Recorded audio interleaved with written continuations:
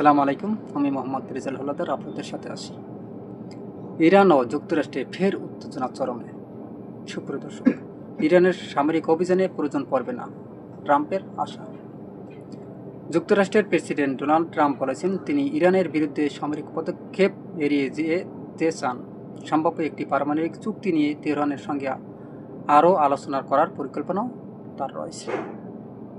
গত বৃহস্পতিবার স্ত্রী মেলানিয়াকে নিয়ে নির্মিত একটি প্রামাণ্যচিত্রের উদ্বোধনী অনুষ্ঠানে সাংবাদিকদের একথা বলেন ট্রাম্প। মার্কিন প্রেসিডেন্ট বলেন, আমার প্রথম মেয়াদে আমি সেনাবাহিনীকে শক্তিশালী করেছি আর এখন আমাদের একটি বাহিনী ইরান নামের একটি স্থানের দিকে এগোচ্ছে। আশা করি আমাদের সেটি ব্যবহার করতে হবে না। অর্থাৎ আপনারা জানেন যে অলরেডি ট্রাম্প একদল বিশাল সেনাবাহিনীর যে বহর সেটা কিন্তু আপনার ইতি পাঠিয়ে দিয়েছে। সূত্র প্রথম আলো পত্রিকা থেকে আমরা পড়ছি আপনার ইরানের দিকে পাঠাচ্ছে। আসলে এই বিশাল সৈন্যবহর যে জাহাজে করে পাঠাচ্ছে ওদিকে কিন্তু আপনার এরা সৌদি আরব বলেছে তাদের আকাশসীমা ব্যবহার করতে দিবে না এবার যুদ্ধে, অতএব বেকাতায় পড়ে গেছেন। এদিকে আপনার ইরানও তারা কিন্তু ছেড়ে কথা বলছে না, বলছে যে যদি আমাদের দিকে তারা এগিয়ে আসে এবং শান্তশিষ্টভাবে যারা আলোচনা করে তাহলে এই যুদ্ধের হুমকি দেবে কেন এবং তারা সৈন্য পাঠাবে কেন? আলোচনার মাধ্যমে তো সব কিছু সমঝোতা হয়। যদি তারা আসে আমাদেরও আঙ্গুল টিকারে বসানো আসে, আমরাও ছেড়ে কথা বলবো না। যাই হোক, দুই দেশের মধ্যে এখন সম্পর্ক বর্তমান টান উত্তেজনা। এবার আসি মূল প্রসঙ্গে। ইরানের সঙ্গে তিনি আলোচনা করবেন কিনা এমন প্রশ্নের জবাবে ট্রাম্প বলেন, আমি আগেও আলোচনা করেছি এবং আবারও আলোচনা করার পরিকল্পনা রয়েছে। হ্যাঁ, এই মুহূর্তে আমাদের অনেক বড় ও অত্যন্ত শক্তিশালী জাহাজ ইরানের দিকে যাত্রা করেছে, তবে সেগুলো যদি ব্যবহার করতে না হয় সেটাই হবে সবচেয়ে ভালো। আসলে এটা কিন্তু ভয় দেখানোর জন্য বলা হয়েছে এবং ভয় দেখানোর জন্য কিন্তু বিশাল সৈন্যবহর অলরেডি ইরানের দিকে পাঠাচ্ছে। তবে ইরানের হামলা চালাতে পারে যুক্তরাষ্ট্র কয়েকদিন ধরেই এমন জল্পনা কল্পনা চলেছে। এরই মধ্যে গত সোমবার মধ্যপ্রাচ্যে বিমানবাহী রণতরী সহ গুরুত্বপূর্ণ সামরিক সরঞ্জাম মোতায়েন করে যুক্তরাষ্ট্র। ইরান অভিমুখে আরও নৌবহর পাঠানোর কথা জানিয়েছে দেশটি। একই সঙ্গে অঞ্চলটিতে সামরিক মহড়া চালানোরও ঘোষণা দেওয়া হয়েছে। তবে গত মঙ্গলবার এক ভাষণে প্রেসিডেন্ট ডোনাল্ড ট্রাম্প বলেন, আরও একটি সুসজ্জিত নৌবহর ইরানের পথে আছে। আমি আশা করছি তারা ইরান সমঝোতা করতে রাজি হবে। সুপ্রিয় দর্শক, ভিডিওটি সম্পূর্ণ দেখুন। ভিডিওর শেষে রয়েছে আরও গুরুত্বপূর্ণ কিছু তথ্য। অর্থাৎ ট্রাম্পের হুমকির জবাবে ইরান বলল আঙ্গুল টিকারে। এবং আপনারা জানেন যে ইরান যুক্তরাষ্ট্র উত্তেজনা, আঙ্কারা মার্কিন দূত ও পাকিস্তানের ইরানের পররাষ্ট্রমন্ত্রীর সঙ্গে কথাও বলল। এবং সৌদি আরবের বাদশা আপনারা জানেন যে তারা কিন্তু অলরেডি তাদের আকাশসীমা ব্যবহার করতে দিবে না বলে তিনি আসলে এরকম আশ্বস্ত দিয়েছেন। অতএব আপনারা জানেন যে ইরান হামলা চালাতে পারে যুক্তরাষ্ট্র কয়েকদিন ধরে এমন কল্পনা চললেও এরই মধ্যে গত সোমবার মধ্যপ্রাচ্যে বিমানবাহী রণতরী গুরুত্বপূর্ণ সামরিক সরঞ্জাম মোতায়েন করেছে যুক্তরাষ্ট্র। ইরান অভিমুখে আরও নৌবহর পাঠানোর কথাও জানিয়েছে দেশটি। একই সঙ্গে অঞ্চলটিতে সামরিক মহড়া চালানোর ঘোষণাও দেওয়া হয়েছে। তবে গত মঙ্গলবার এক ভাষণে প্রেসিডেন্ট ডোনাল্ড ট্রাম্প বলেন, আরও একটি সুসজ্জিত নৌবহর ইরানের পথে আছে। আমি আশা করছি তারা সমঝোতায় করতে রাজি হবে। অবশ্য ট্রাম্পের এমন হুমকির পাত্তা দিচ্ছে না ইরান। দেশটির পররাষ্ট্রমন্ত্রী আব্বাস আরাগচি বুধবার বলেছেন, ইরানকে হুমকি দিলে ওয়াশিংটন ও তেহরানের মধ্যে কোনো আলোচনা সম্ভব নয়। তিনি বলেন, সামরিক হুমকি দিয়ে কূটনৈতিক প্রচেষ্টা চালানো কোনো ফলপ্রসূ উপায় হতে পারে না। যদি তারা আলোচনা বসতেই চায় তাহলে হুমকি ও অযৌক্তিক প্রসঙ্গ তোলা বাদ দিতে হবে। দ্য গার্ডিয়ান খবরে বলা হয়, যুক্তরাষ্ট্রের সেন্ট্রাল কমান্ডারে সেন্টকম বিমান বাহিনীর শাখা এয়ার ফোর্সেস সেন্ট্রাল মঙ্গলবার জানিয়েছে তারা মধ্যপ্রাচ্যে একটি প্রস্তুতিমূলক সামরিক মহড়া চালাবে। কয়েকদিন চলবে মহড়া। সেন্টকমের দায়িত্বপ্রাপ্ত এলাকায় যুদ্ধ বিমান মোতায়েন ও সক্ষমতা প্রদর্শন করা। এ মহড়ার উদ্দেশ্য আঞ্চলিক অংশীদারিত্ব জোরদার করা ও হামলা চালানোর প্রস্তুতি নিতে মহড়া নকশা করা হয়েছে। তবে সম্ভবত, যদি আমি ভুল না বলি, আসলে আমি কিছুদিন আগে একটা বিশাল ধরনের এরকমের একটা স্বপ্ন দেখেছি যে কোনো দেশ আর কি বাংলাদেশের উপরে একটা অ্যাটাক চলতেছে, বিশাল বিশাল বোমা ছাড়তেছে এবং আমরা যেন পালিয়ে গেছি। তবে সত্য কতটি স্বপ্ন কতটি সত্যি হয় সেটা হয়তো বা আল্লাহ পাকই ভালো জানে। তবে আমার মতে যুদ্ধ মানুষের জীবনে কখনো শান্তি আসে না। তবে আলোচনার মাধ্যমে দুই দেশ মিলে একটা সমঝোতায় আসা হলেই সেটা সবচেয়ে বেটার হয়। তবে এই যুদ্ধ কত দেশ জড়িয়ে যায় না, এটাই আবার তৃতীয় বিশ্বযুদ্ধের যে তৃতীয় বিশ্বযুদ্ধের ইঙ্গিত তা বলা কিন্তু কঠিন। তবে মহড়ার দিন, তারিখ, স্থান ও কীভাবে কী ধরনের সামরিক সরঞ্জাম ব্যবহার করা হবে তার কোনো তালিকা প্রকাশ করা হয়নি। ইরানের সঙ্গে উত্তেজনা বৃদ্ধির পরিপ্রেক্ষিতে মধ্যপ্রাচ্যে যুক্তরাষ্ট্রের সক্ষমতা দেখানোর উদ্দেশ্যে মহড়াটি সাজানো হয়েছে বলে মনে হচ্ছে। গত সোমবার সেন্টকম জানিয়েছে, পারমাণবিক শক্তিচালিত বিমানবাহী রণতরী ইউএসএস আব্রাহাম লিঙ্কনের নেতৃত্বে একটি বড় নৌবহর ওই অঞ্চলে পৌঁছেছে। কয়েক ডজন যুদ্ধবিমান ও প্রায় 5,000 নাবিক বহনকারী এই বিমানবাহী রণতরীতে একাধিক গাইডেড ক্ষেপণাস্ত্র ডেট্রায়ার রয়েছে। যে কোনো হামলা থেকে নৌবহরকে সুরক্ষা দিতে আকাশ প্রতিরক্ষা ব্যবস্থা ব্যবহার করা হয়। ইরানের সামরিক অভিযান চালাতে কোনো দেশকে সৌদি আরবের আকাশসীমা ও ভূখণ্ড ব্যবহার করতে দেবে না রিয়াদ। সৌদি যুবরাজ মোহাম্মদ বিন সালমান এক ফোনালাপে ইরানের প্রেসিডেন্ট মাসুদ পেজেশিয়ানকে এ বিষয়ে আশ্বস্ত করেছেন। মঙ্গলবার দেশটির রাষ্ট্রীয় বার্তা সংস্থা এএসপি এমন তথ্য দিয়েছে। তবে ইরান অভিমুখে আরও মার্কিন নৌবহর। পারমাণবিক শক্তিচালিত বিমানবাহী রণতরী ইউএসএস আব্রাহাম লিঙ্কনের নেতৃত্বে একটি বড় নৌবহর এই অঞ্চলে পৌঁছেছে। ইরান সামরিক অভিযান চালাতে কোনো দেশকে সৌদি আরবের আকাশসীমা ভূখণ্ড ব্যবহার করতে দেবে না বলে জানিয়েছেন সৌদি বাদশাহ।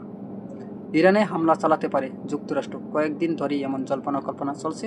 এরই মধ্যে গত সোমবার মধ্যপ্রাচ্য বিমান বাহিনী রণতরী সহ গুরুত্বপূর্ণ সামরিক সরঞ্জাম মোতায়েন করে যুক্তরাষ্ট্র। এবার ইরান অভিমুখে আরও নৌবহর পাঠানোর কথা জানিয়েছে তারা। একই সঙ্গে অঞ্চলটিতে সামরিক মহড়া চালানোরও ঘোষণা দেওয়া হয়েছে। গত মঙ্গলবার এক ভাষণে যুক্তরাষ্ট্রের প্রেসিডেন্ট ডোনাল্ড ট্রাম্প বলেন, আরও একটি সুসজ্জিত নৌবহর ইরানের পথে আছে। আমি আশা করছি তারা ইরান সমঝোতা করতে রাজি হবে। ট্রাম্পের এমন হুমকিকে পাত্তা দিচ্ছেন না ইরান। দেশটির পররাষ্ট্রমন্ত্রী আব্বাস আরাগচি গতকাল বুধবার বলেছেন, ইরানকে হুমকি দিলে ওয়াশিংটন ও তেহরানের মধ্যে কোনো আলোচনা সম্ভব নয়। তিনি বলেন, সামরিক হুমকি দিয়ে কূটনৈতিক প্রচেষ্টা চালানো কোনো ফলপ্রসূ উপায় হতে পারে না। যদি তারা আলোচনায় বসতে চায় তাহলে হুমকি ও অযৌক্তিক কথাবার্তা তোলা বাদ দিতে হবে। এটা গুরুত্বপূর্ণ কথা বলেছেন। তবে গার্ডিয়ান এ খবরে বলা হয়, যুক্তরাষ্ট্রের সেন্ট্রাল কমান্ডার সেন্টকম বিমান বাহিনীর শাখা এয়ারফোর্সেস সেন্ট্রাল গত মঙ্গলবার জানিয়েছে, তারা মধ্যপ্রাচ্যে একটি প্রস্তুতি সামরিক মহড়া চালাবে। কয়েকদিন চলবে এই মহড়া। সেন্টকমের দায়িত্বপ্রাপ্ত এলাকায় যুদ্ধবিমান মোতায়েন ও সক্ষমতা প্রদর্শন এ মহড়া উদ্দেশ্য। আঞ্চলিক অংশীদারিত্ব জোরদার করা ও নমনীয় হামলা চালানোর প্রস্তুতি নিতে মহড়ার নকশা করা হয়েছে। তবে মহড়ার দিন, তারিখ ও স্থান কী ধরনের সামরিক সরঞ্জাম হতে পারে এটা এখনও হয়নি, আলোচনা হয়নি। তবে আপনারা জানেন, এদিকে সৌদি বাদশাহ কী বলেছেন সে প্রসঙ্গে আপনাদের সাথে একটু আলোচনা করব। দেখেন, ইরানের হুমকির জবাবে ইরান বলল আঙ্গুল টিগারে। দেখেন, ইরান পররাষ্ট্রমন্ত্রী আব্বাস আরাগচি বলেছেন, যুক্তরাষ্ট্রের পক্ষ থেকে সম্ভাব্য যে কোনো হামলার তাৎক্ষণিক ও শক্তিশালী জবাব দিতে তার দেশ সশস্ত্র বাহিনীর প্রস্তুত রয়েছে। মার্কিন প্রেসিডেন্ট ডোনাল্ড ট্রাম্প পুনর্ব্যক্ত করার কয়েক ঘণ্টা পর এ কথা বলেন আব্বাস আরাগচি। সামাজিক যোগাযোগ মাধ্যমে গতকাল বুধবার সন্ধ্যায় দেয়া এক পোস্টে ইরানের পররাষ্ট্রমন্ত্রী লিখেন, আমাদের সাহসী সশস্ত্র বাহিনী প্রস্তুত রয়েছে। আমাদের প্রিয় ভূমি, আকাশ ও সাগরের বিরুদ্ধে যে কোনো আগ্রাসনের তাৎক্ষণিক ও শক্তিশালী জবাব দিতে তাদের আঙ্গুল টিকারে রয়েছে। গত বছর জুনে ইসরায়েলের কয়েক দিনব্যাপী সামরিক হামলা থেকে ইরান মূল্যবান শিক্ষা নিয়েছে বলে উল্লেখ করেন আব্বাস আরাগচি। সে সময় যুক্তরাষ্ট্র ইরানের পারমাণবিক স্থাপনাগুলোর ওপর নিজস্ব হামলা চালায়। ইরানের পররাষ্ট্রমন্ত্রী আরও লেখেন, 12 দিনের ওই যুদ্ধ থেকে পাওয়া মূল্যবান শিক্ষা আমাদের আরও শক্তিশালী, দ্রুত ও ব্যাপকভাবে জবাব দেওয়ার সক্ষমতা তৈরি করে দিয়েছে। আব্বাস আরাগচি এমন কথার কয়েক ঘন্টা আগে ট্রাম্প নতুন করে ইরানের বিরুদ্ধে সামরিক হামলার হুমকি দেন।